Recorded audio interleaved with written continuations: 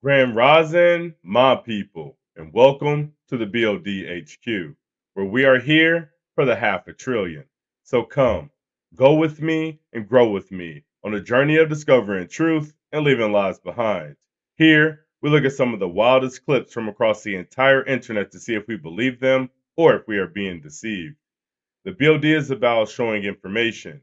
You determine how you receive the message. Here, truth is revealed and lies, they're unsealed. You may have seen some of these clips before, but you haven't heard my take on them. And don't forget, all of these videos are for entertainment purposes only. And with enough being said, let's get right into the footage.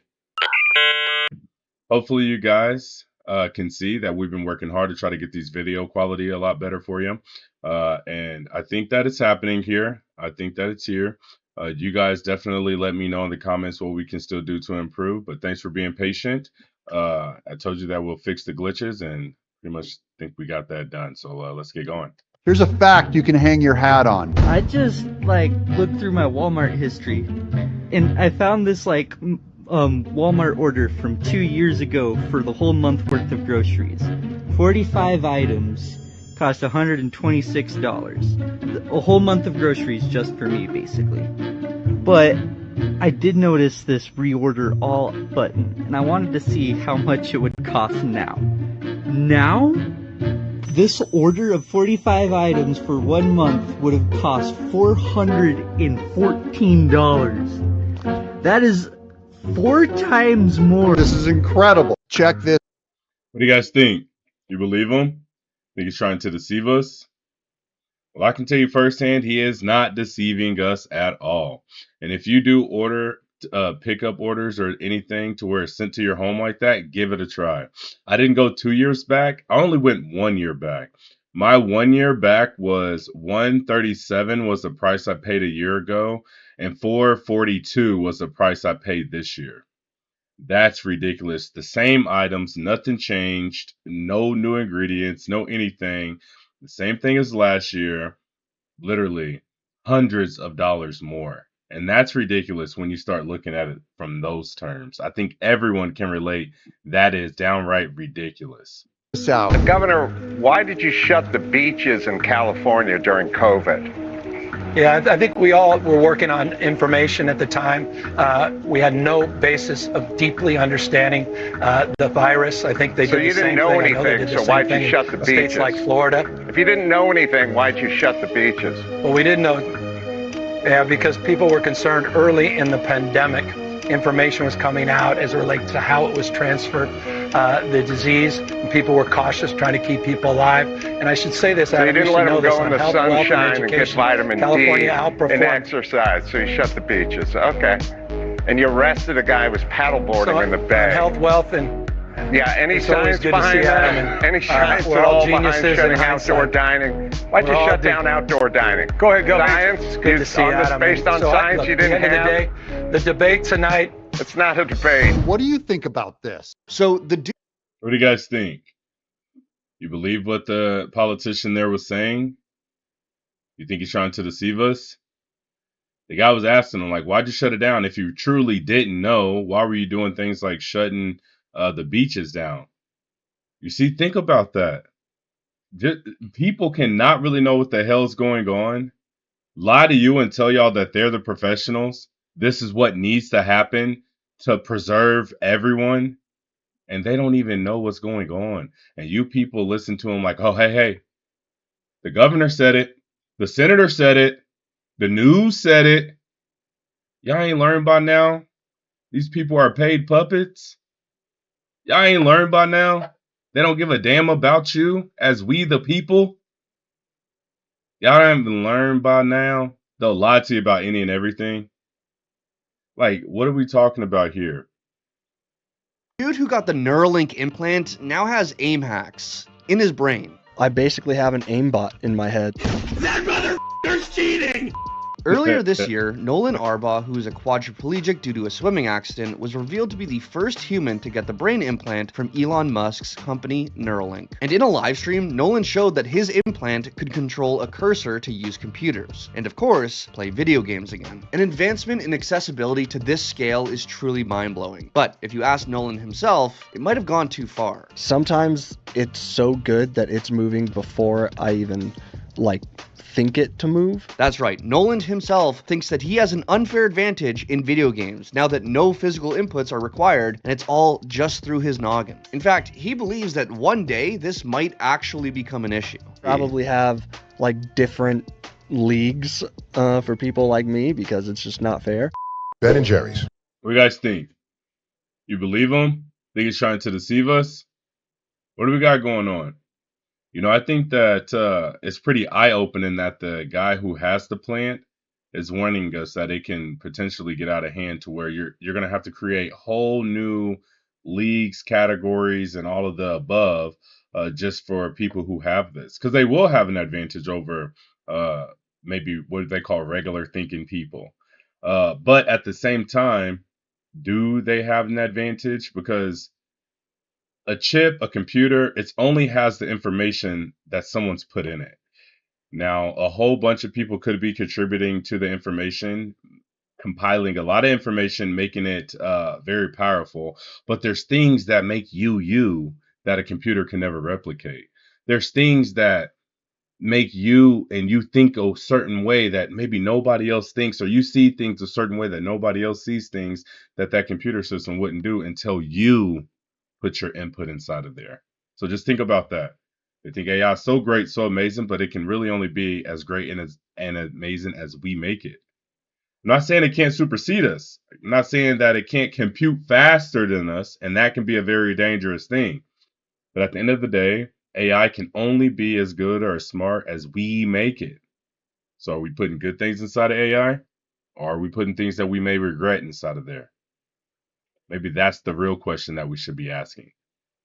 They got in trouble one day because someone found trace amounts of glyphosate in their ice cream. What is glyphosate? It is an herbicide manufactured by Monsanto. Do you realize there's something called an LD50? So lethal dose 50. It's the amount of this substance you would have to ingest for half of the people to die who ingest it. Water has an LD50. The LD50 for glyphosate is slightly worse than your LD50 for salt. To die from the trace amounts of glyphosate, you'd have to consume 30 million pints of the ice cream. However, 30 pints, you'll die from the sucrose. I guess my issue is we keep framing it like women don't want to.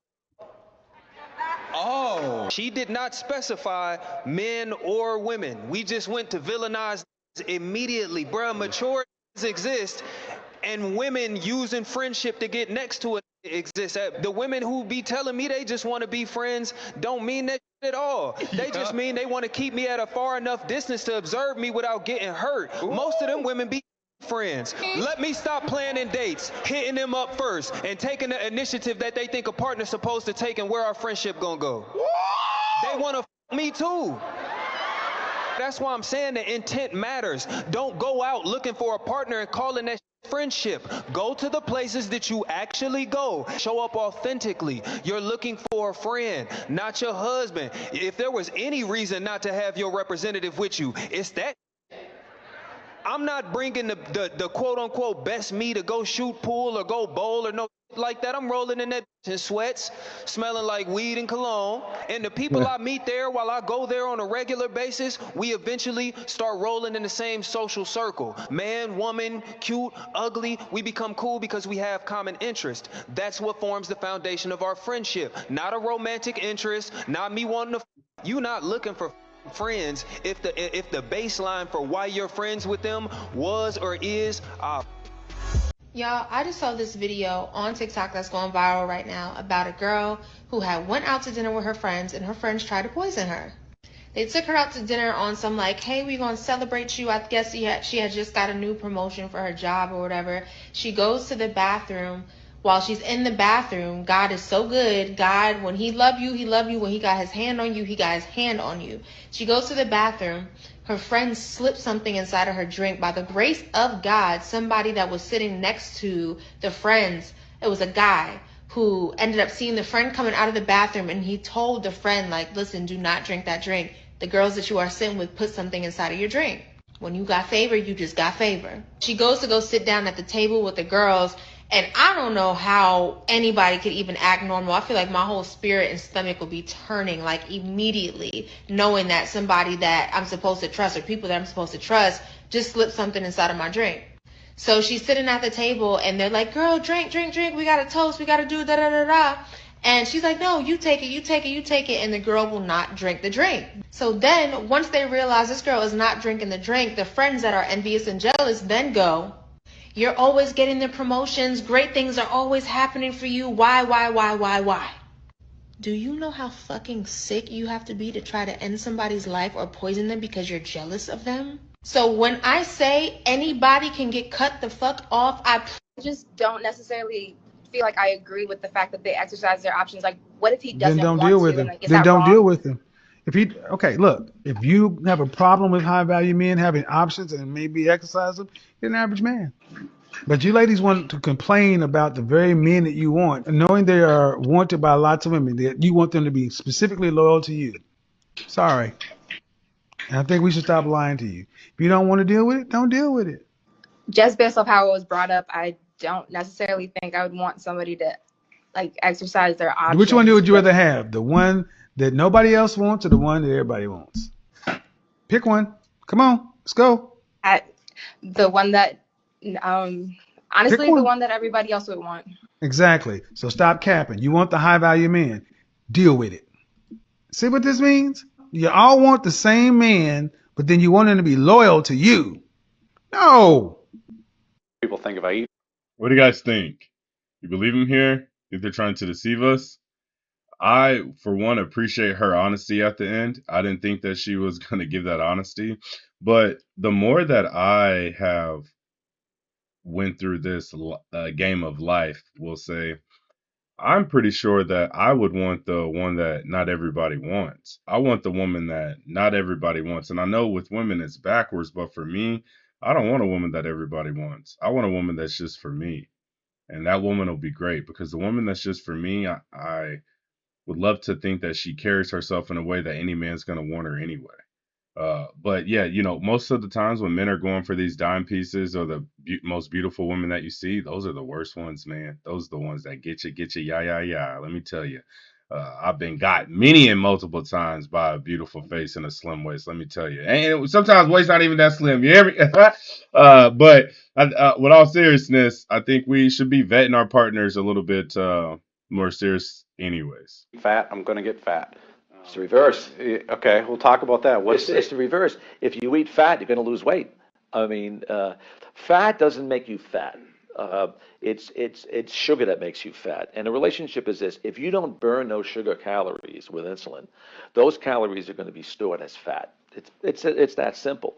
The pre-DMED study, which was a study on the Mediterranean diet. In fact, I've been in communication with one of the main researchers because he was at the American College of Nutrition. I ran a panel on that. He really educated me a notch higher about olive oil. And then I did my own research on olive oil.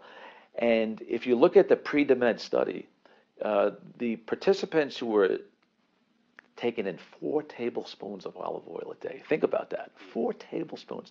That's like about almost 500 calories a day just in olive oil.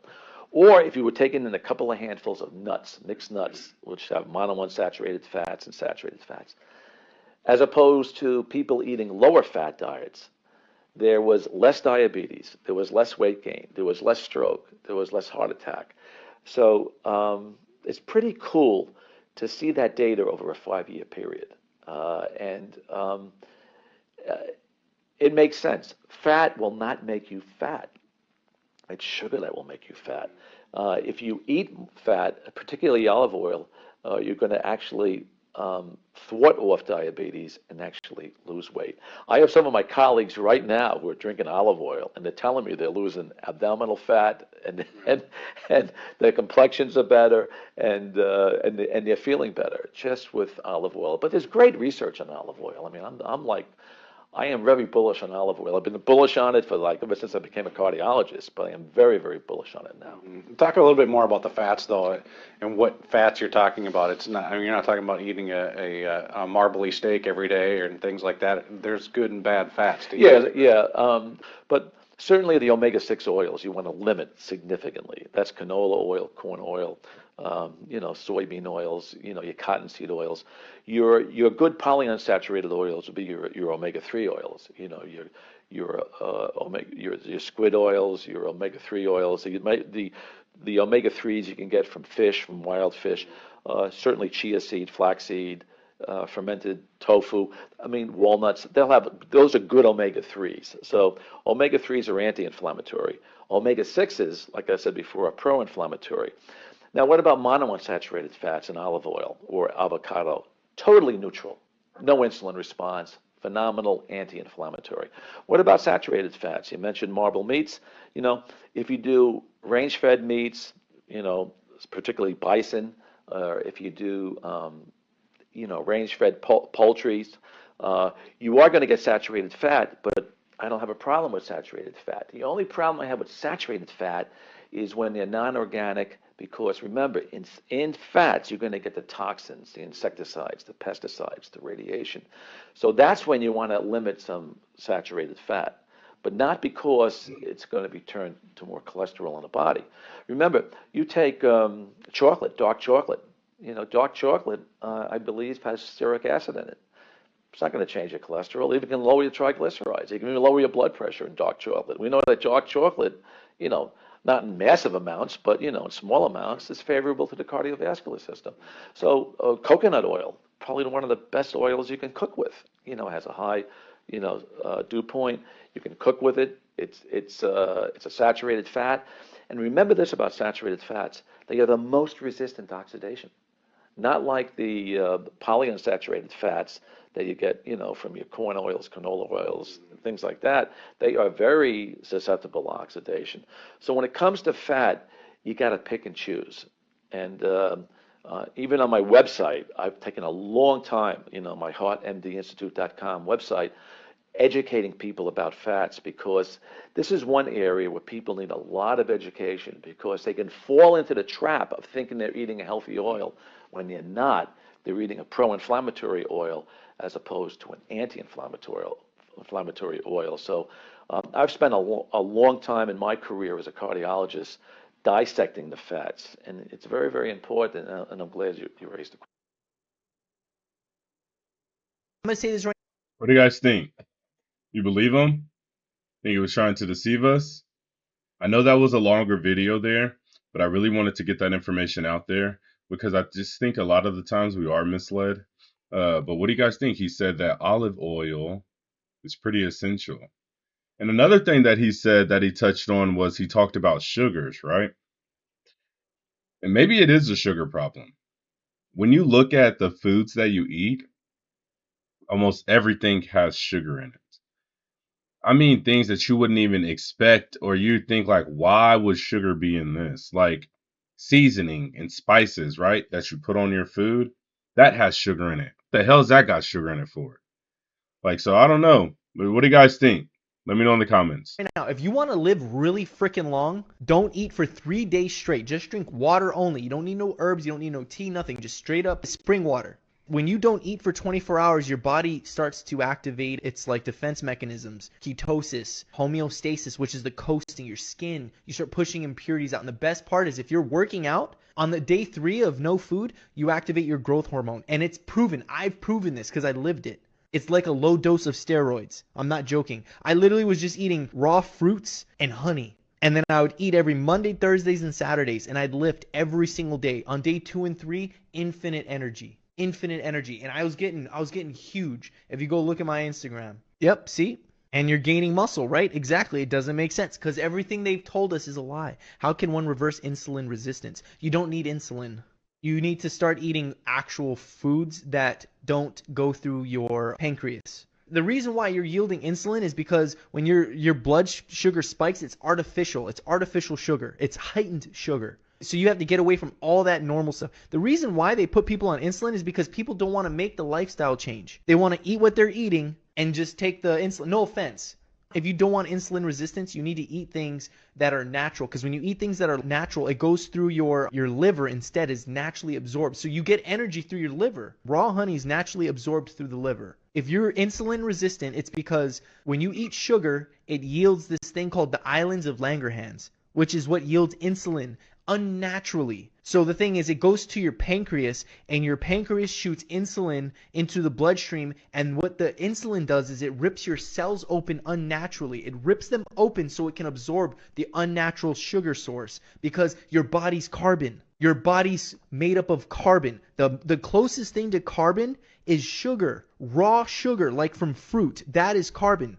H3O2 is the structured jelly water. That's what your body's made up of. Oh, your body's made up of 70% water. Structured jelly water is what your body's made up of, and that's what's in your water. That's why when you get water or liquids and stuff, you can see the separation. That's real. That's H3O2 at the top, the hydration, and then the rest is the natural sugar. So it's supposed to be absorbed through the liver and not the pancreas. So what's happening is you're eating things like Oreos and all this synthetic stuff, the heightened stuff. They've taken sugar and they've heightened it. So when it goes into the body, by them heating it up, it's getting absorbed incorrectly.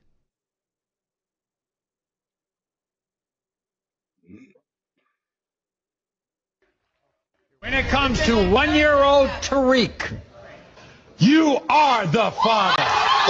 Boy. Y'all better go get the other results. What you doing today, girl? Boy. Sometimes my business ain't your business. Oh, okay. So don't be asking me that, what I'm doing. Could I have my business to myself sometime? Live in a country where a man transitioned to become a woman after winning a decathlon in 1980, and then after doing so, runs over someone, kills them, runs over a second person, and 4 months later is named Woman of the Year. You live in a country where a man spends 15 months in prison for securities fraud. In a movie they make about him, he punches his wife in the stomach and then kidnaps his own child. And all of you love that movie because I'm not fucking leaving. I'm not fucking leaving. It's The Wolf of Wall Street. You guys know who is the face of prison reform in the United States? Who is it? It's Kim Kardashian. Kim Kardashian, who made us tape, is the face of prison reform. If you don't believe me, Google right now Kim Kardashian standing next to President Trump having legislation signed while she's in the Oval Office. She made a tape where she was having with Ray J, and now she's getting legislation passed, and you're worried about a meme that you're supposed to post. Status is status is status. Doesn't matter what you do. If you get more attention, no one will care. People want to make TikToks with O.J. Simpson and don't give a about what he probably did. What y'all think? Y'all believe him? Think he's trying to deceive us? Some of the things he said were kind of odd, if you ask me. I don't know. Let me know in the comments. Alcohol, cigarettes, the donut, hamburger. Sure, they're all pretty bad for you, but most people know that and at least try to limit their intake somewhat to these items, even a little bit. But it's the things we don't think about that can really cause damage. Things we use every day so regularly we don't even think about how its constant use could actually be killing us. The real culprit is the chair. We were given legs for a reason.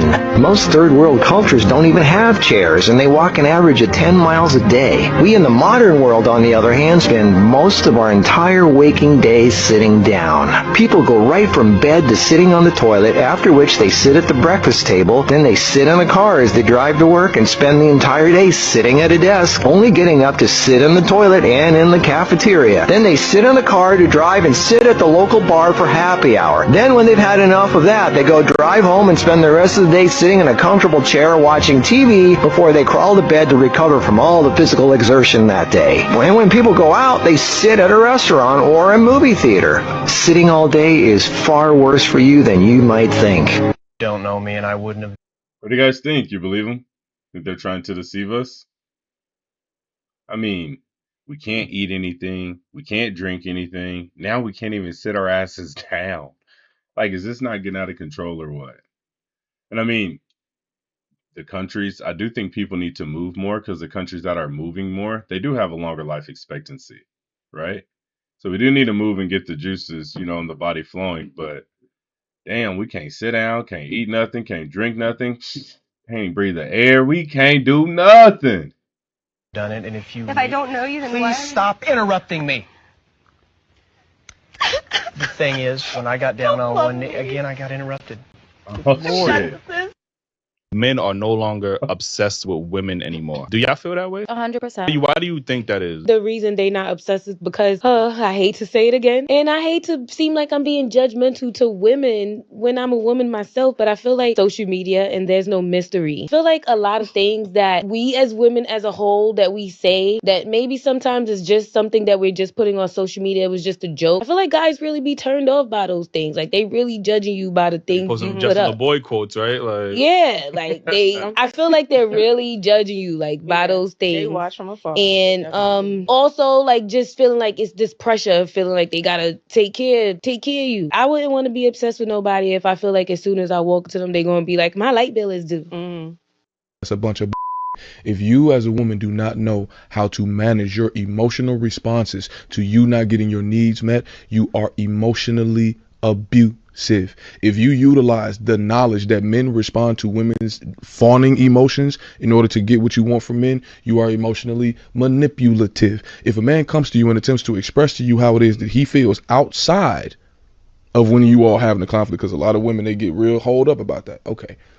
If a man comes to you and expresses to you something that's bothering him, and it already took him a whole bunch of time to do that, and you lose your or you do emotional gymnastics in order to get back to how it is that you feel about this man bringing something to you, that's emotional manipulation.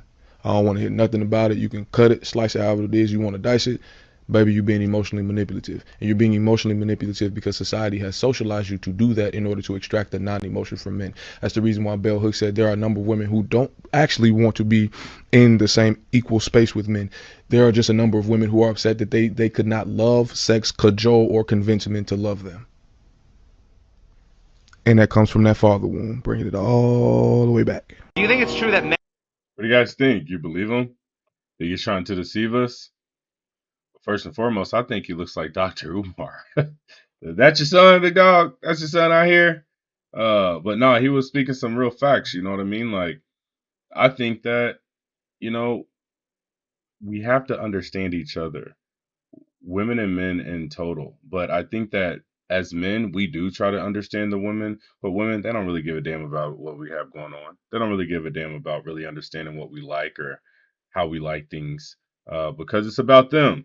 They've never been taught or educated on how to, care for your husband, love your husband, or care about the things that he wants. It's just all, society has almost seemed like it's formed us to believe like, fuck a man's everything, just make sure that the woman's taken care of, the happy wife, happy life thing going on.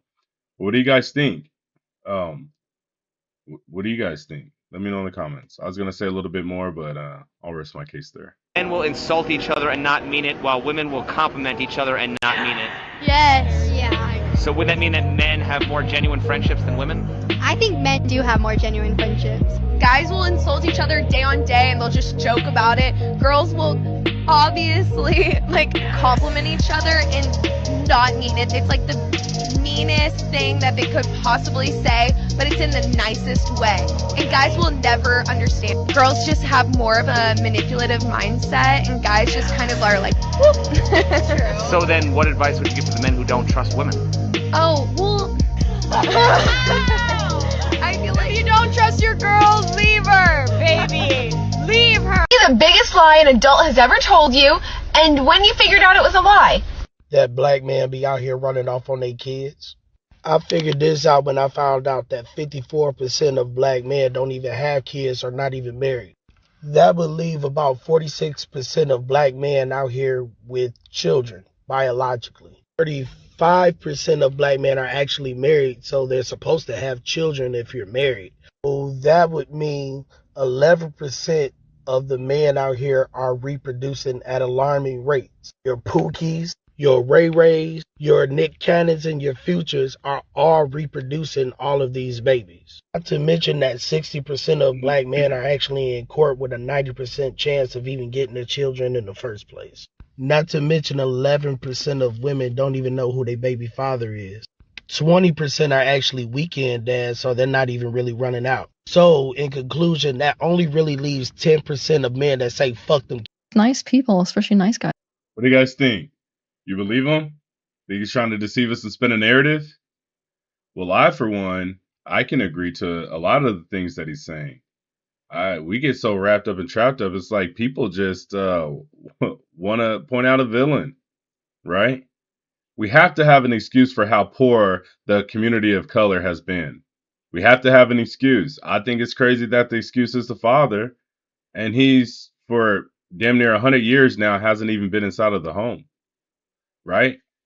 People chose the government over the father.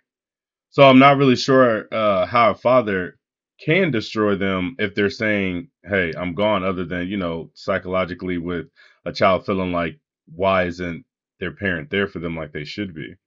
But I mean, I think women have to take a lot of accountability for this as well, right? Not only do you got to take accountability because you're saying that you're raising the children on your own, but you also got to take accountability because you lay down with the person who you're trying to hold accountable to raising your children. Now, me, I have multiple children. I have more children than the average. I think having many children is demonized, but my family traditionally has quite a bit of children.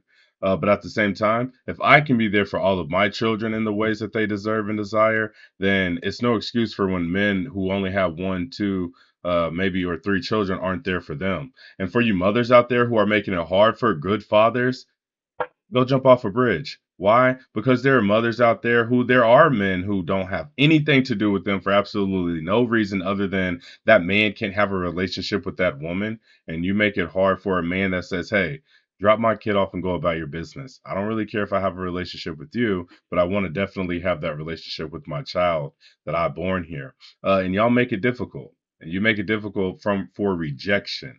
And that's sick and sickening because you're using a child as a pawn. And most of you know you do it. You get mad at your baby daddy and you don't answer his calls. You don't let him see the child. You make it difficult. You start being unreasonable. I mean, men do it too. Get mad at their baby mamas, stop answering calls, stop showing up, stop being the fathers that they deserve to be and that their kids deserve. It's all BS on both sides. People have to grow the fuck up and realize that we had kids who didn't ask to be here. So let's just do the best for them and leave all that other shit to the side. Be mad at each other outside of the kids, right? Guys are super narky, profoundly narcissistic. It's an instinct to self-preserve. And that's where, as a female, you can't be with a nice guy. Why? Because the nice guy's going to let the lion eat your throat for the sake of his own safety. It's, I need you to like me so that I'm safe. Niceness specifically is a behavior that is an adaptive strategy designed to keep you safe within the social stratosphere. So we're going to behave in this way that makes you like me so that I'm safe. That's nice. Kindness comes from a much more grounded, rooted place where you're able to actually practice love. Only person that. What do you guys think? You believe her? Think she's trying to deceive us? I mean, that's pretty interesting. You get nice and kind. I always say I'm not nice. Nice guys finish last, so I don't even care to be nice. But I am kind. I definitely see a woman crossing the road, I'm gonna help her. See a woman carrying groceries to the car, I'm gonna ask, hey ma'am, do you need help? See her carrying something that may be heavy, do you need help? You need help with me reaching this for you? Hey sir, do you need me to hold the door for you? Like that's just who I am, that's how I was raised, right? But I'm just generally kind, but at the same time, I'm not nice because I'm not being fake. I'm not putting on a facade. I am who I am. If you don't like that, I don't really give a damn. It doesn't really affect me, right? Because I know how I carry myself. So what you think and believe in me, I can really care less because I know the man that I am and I know what I'm outputting and I know what I'm pouring into my children. And ultimately, that's all that matters to me. So I don't really care about what other people think about me or their opinions. But what do you guys think? Is it good to be nice and kind? Is it good to just be nice? Is it good to just be kind? Did you kind of understand her difference? Matters is their girl and how important her opinion is. And what opinion is she giving is also important. And as soon as she's the nagging, complaining one, the most important resource in his life does not approve of him. He's not good enough. He's a problem and he doesn't do anything fucking right.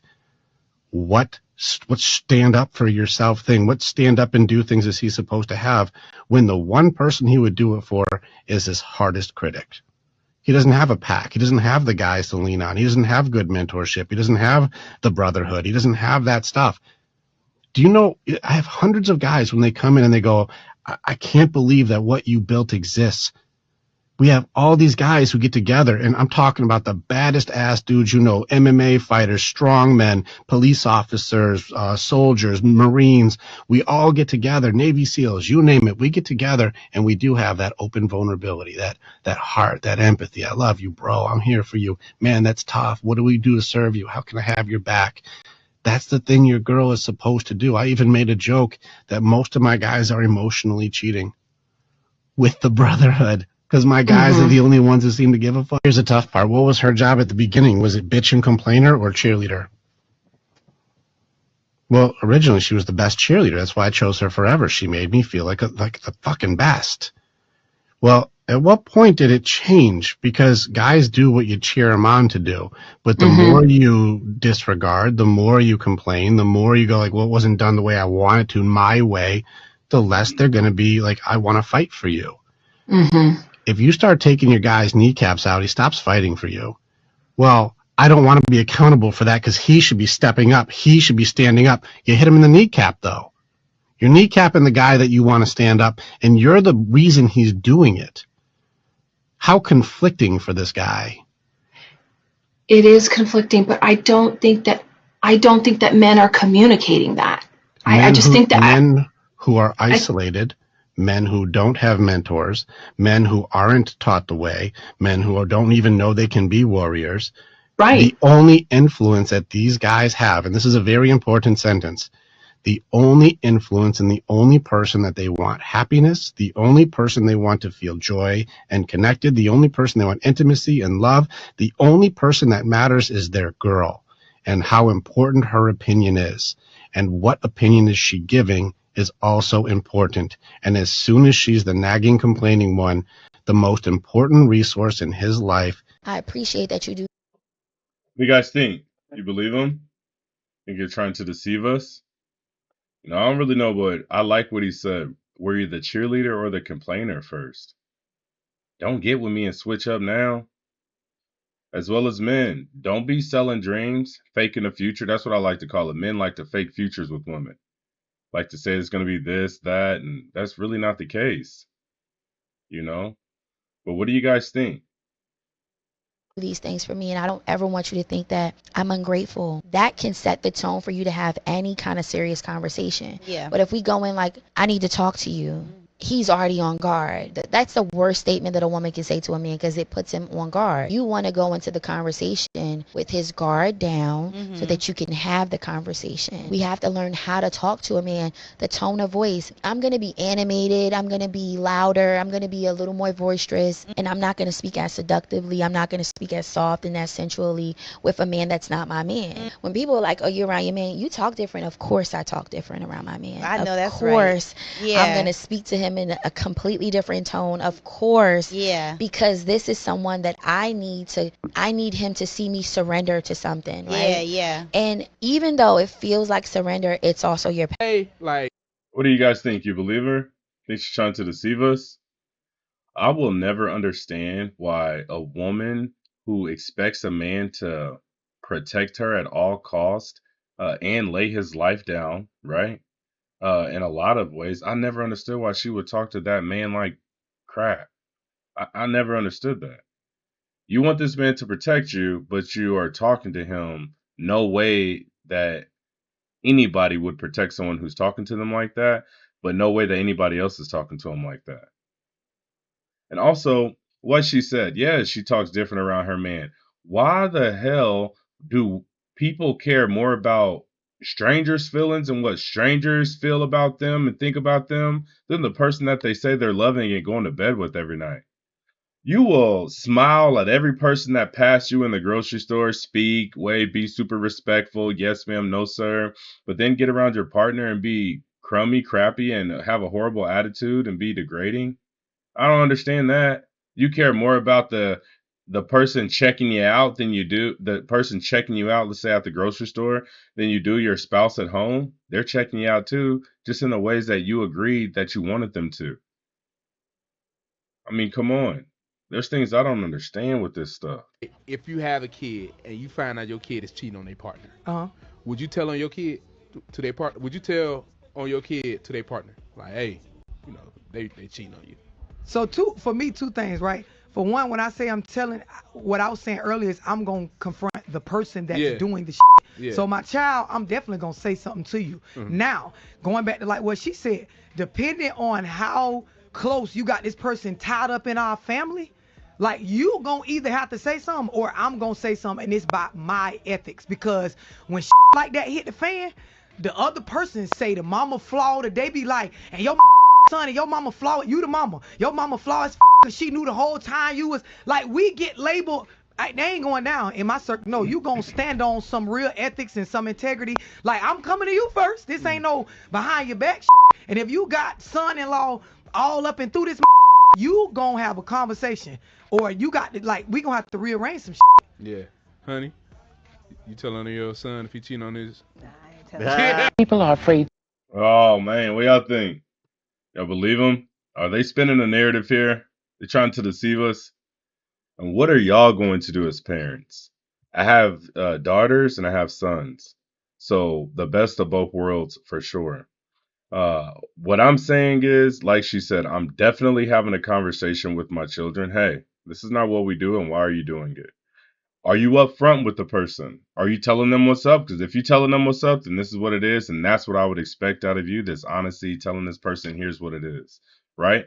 But if you're being devious, deceitful, scandalous, like me as a man, I couldn't let my daughters take another man through it because I know what it feels like.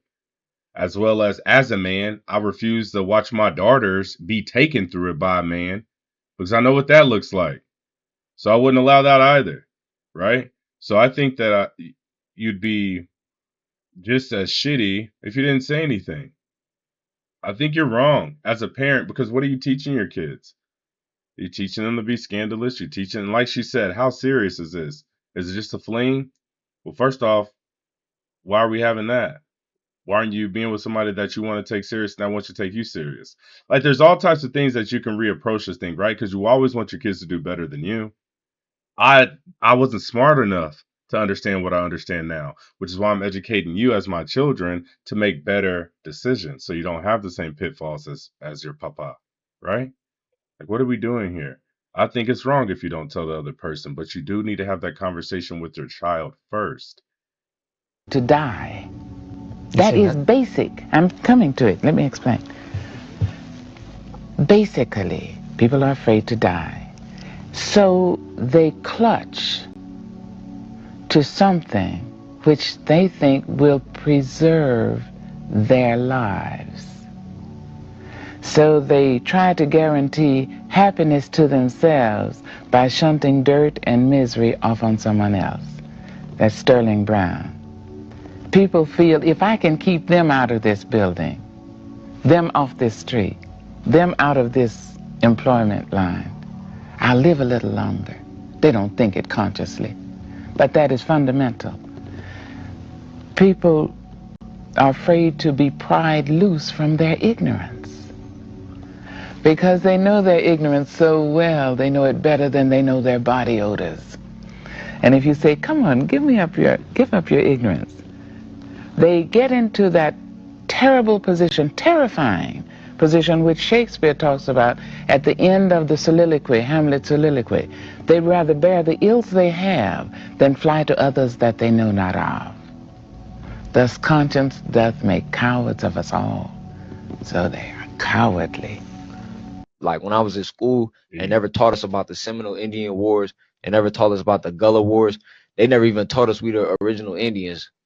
Niggas had to just kind of figure that out. Like we just had to figure that out. But why everybody in their family, everybody grandma say, "Oh, I got a little Cherokee in me," or "won't." Yeah. I know that's what like I'm from the Bay Area. I'm from Oakland. But I know that's what my grandma say. You know what I'm saying? My grandma was like always like, "Oh, I got Cherokee in my blood." And my nana from my mom's side, see, that's my nana on my dad's side. She's from South Carolina. That's where most of us from. But on my mom's side, my nana from Louisiana, so that's the Gullah Geechee.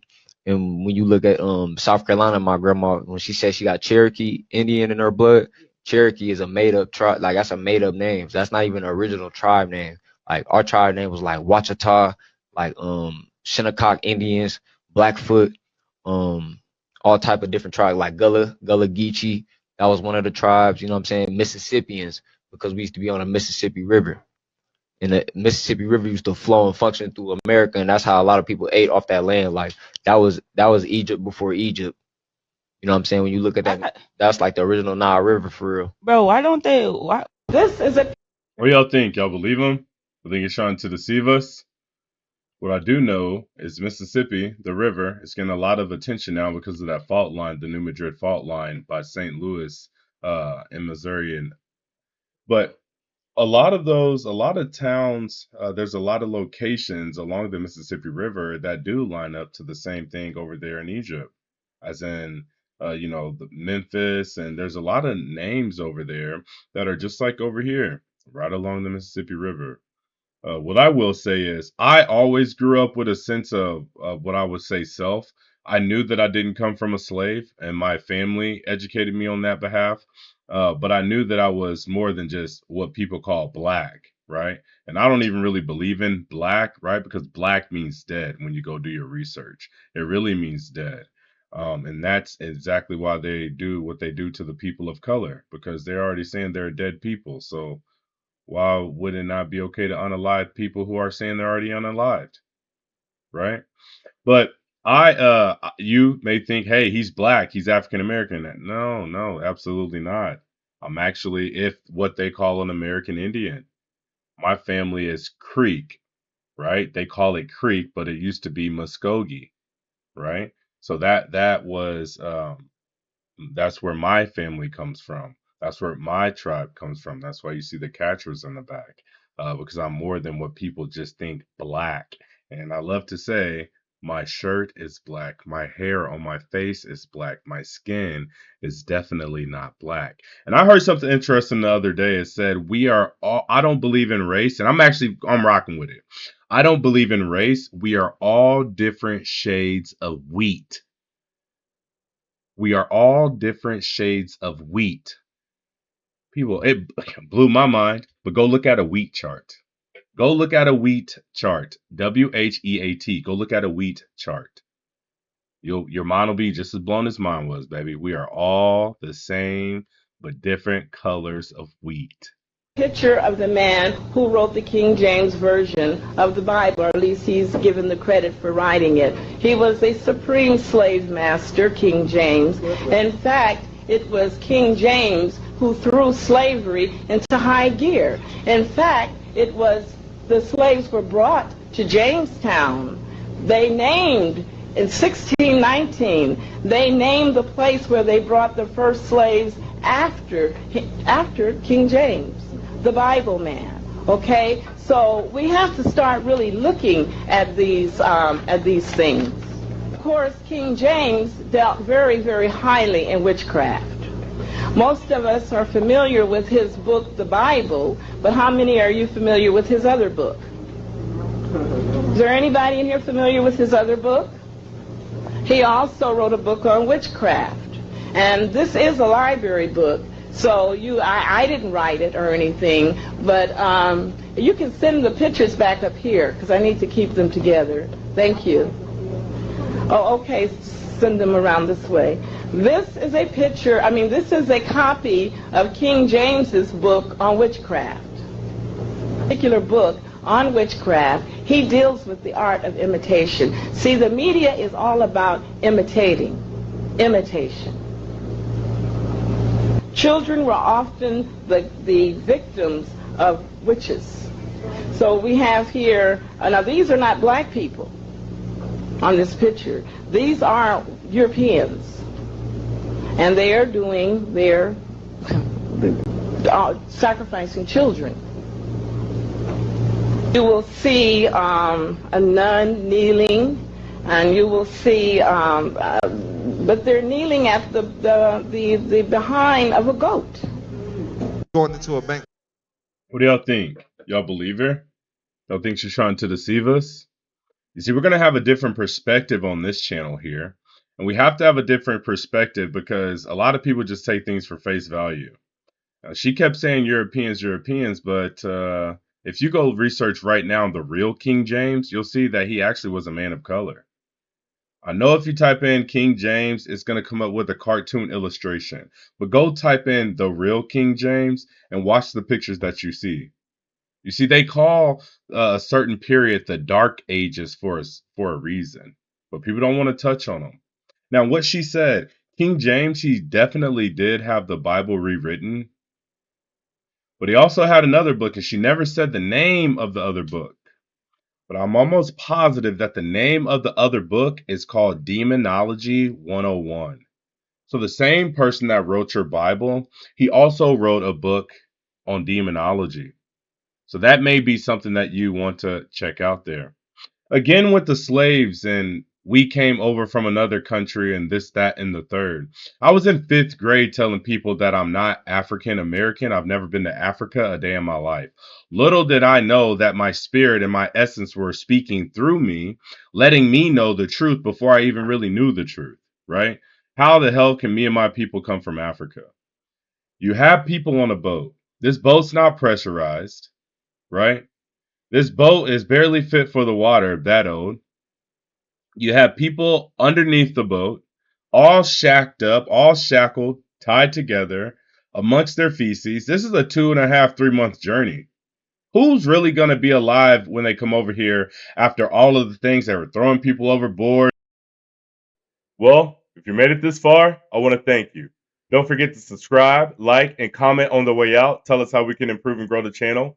Hit that notification bell to make sure you're here for the next one. And don't forget, all of these videos are for entertainment purposes only. Have a grand rest of your existence. Always remember, fortunate feelings forever and fortunate vibrations forever. And until next time.